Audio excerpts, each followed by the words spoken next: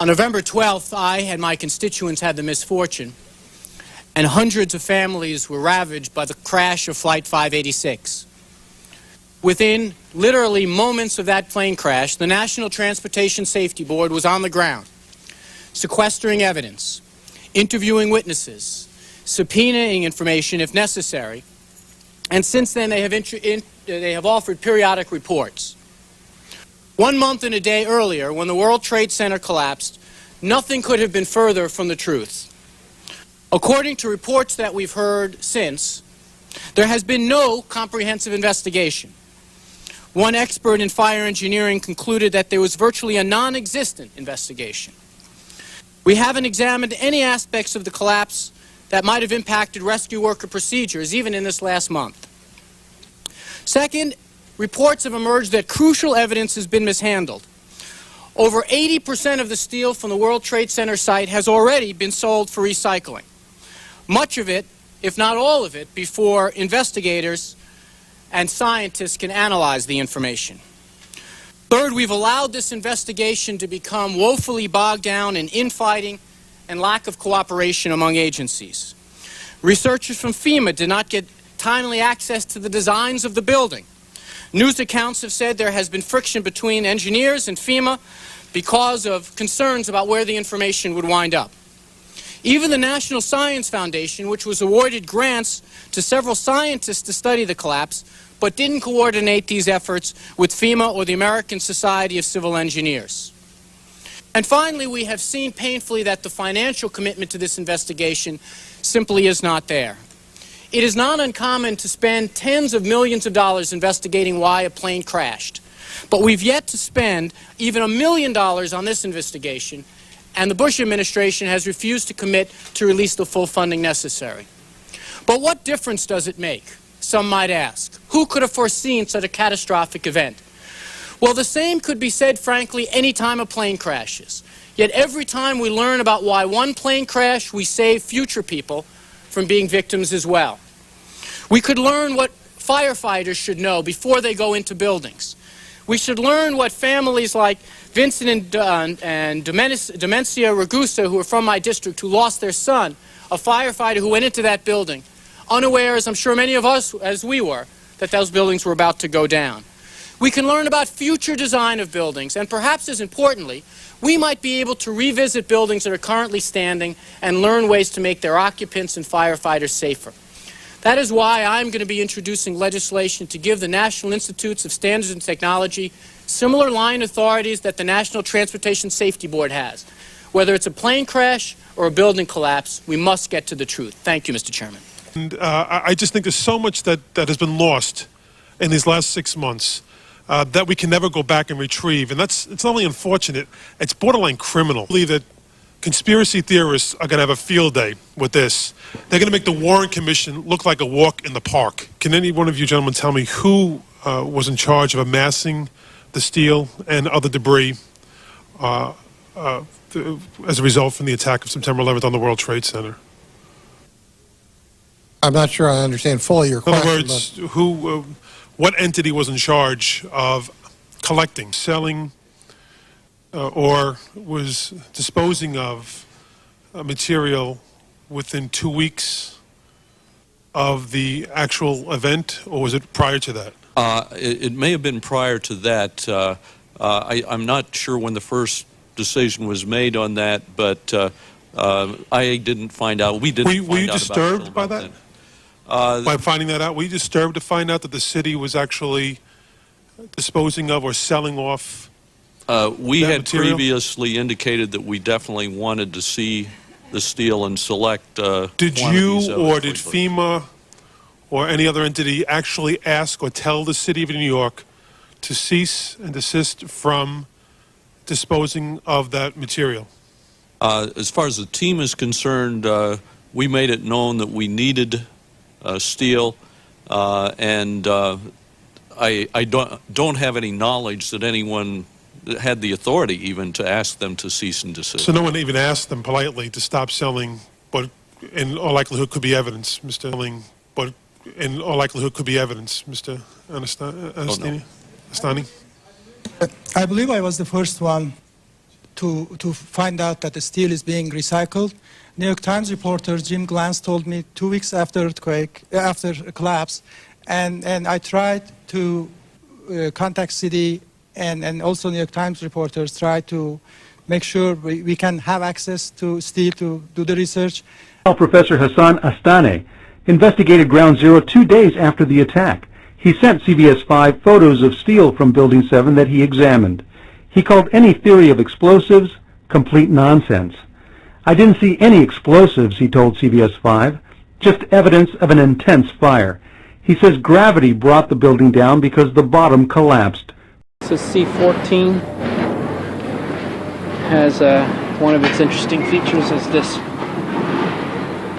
Looks like a bullet went through there. I don't know if that's from being struck while it was standing or falling.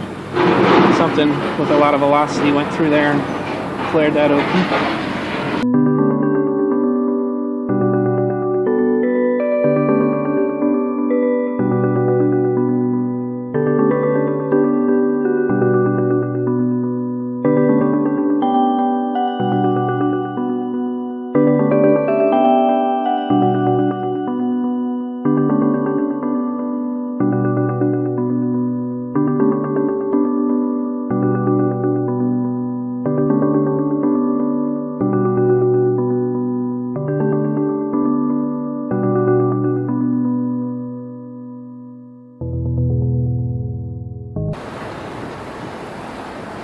As far as connections go, this 56th floor section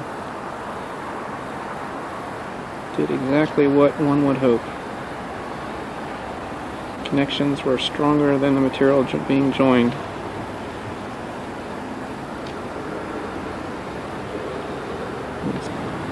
But no evidence of bolts just simply popping. But what and how that got that way is a mystery that those guys can try to figure out.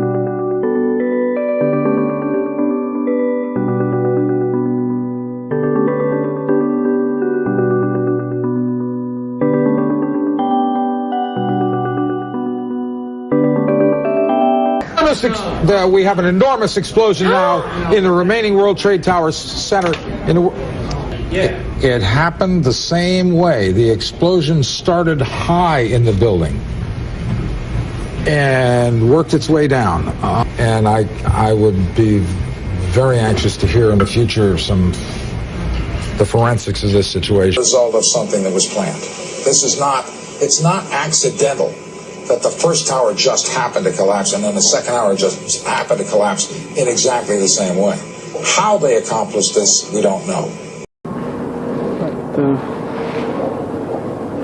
What and how that got that way. It's nothing short of a miracle.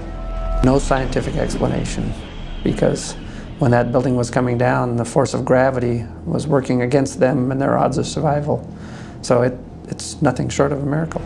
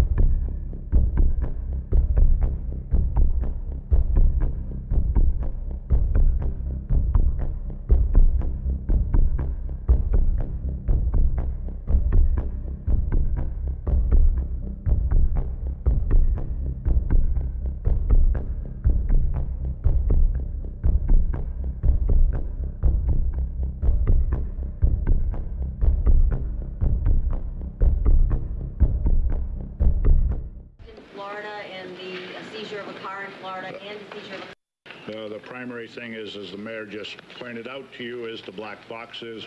We're working with the city, but again, that's going to follow the search and rescue, ongoing intensive investigation. That's all I have at this time. Can you say anything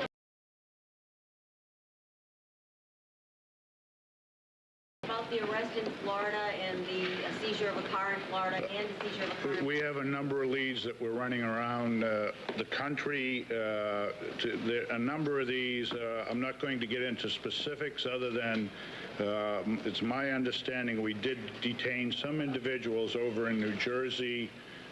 Essentially, we are finding out that that is not all that relevant at this particular point in time, but I'm going to limit my comments. That is going to any of the investigators.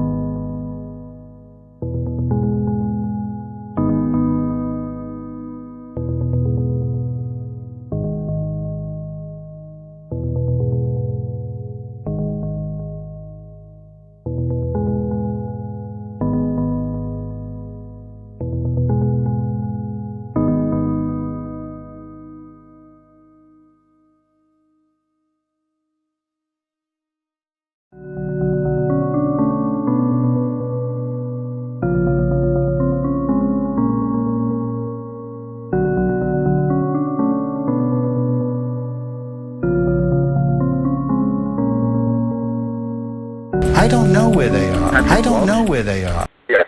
Okay, and I seen a segment on the History Channel, I think it was, or something, and you guys said that you were in the you were up in the chopper in the air when the plane came in. And you guys had the videotape going and stuff like that. Like I seen about a 5-minute segment of it on YouTube. I caught out of my eye an airplane. Right? Yeah, that wasn't from us though. That was from another ship.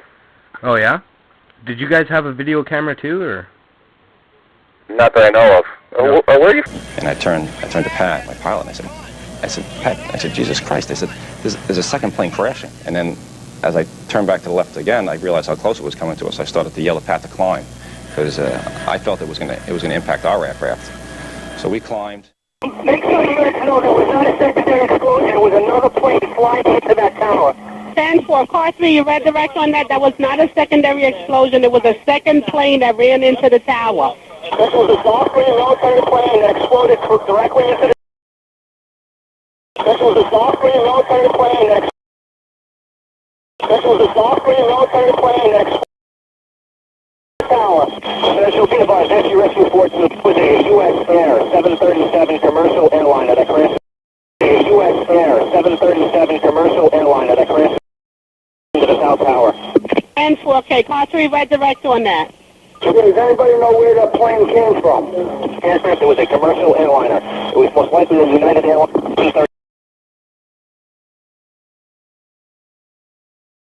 Most likely a United Airlines 237.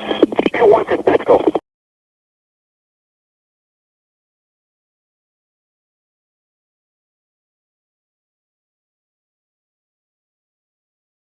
Landing in New York, and one of the concerns we had at that time was the possibility of that plane under the control of a hijacker flying it into one of the buildings.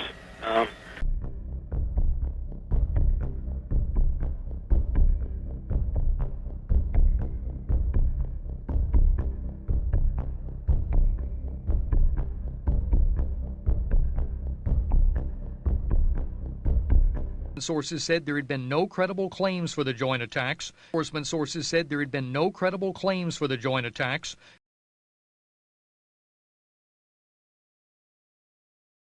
The vice president, who you may remember, was placed in charge of a domestic terrorism study group within the White House to monitor and develop plans to deal with a catastrophe of just this kind.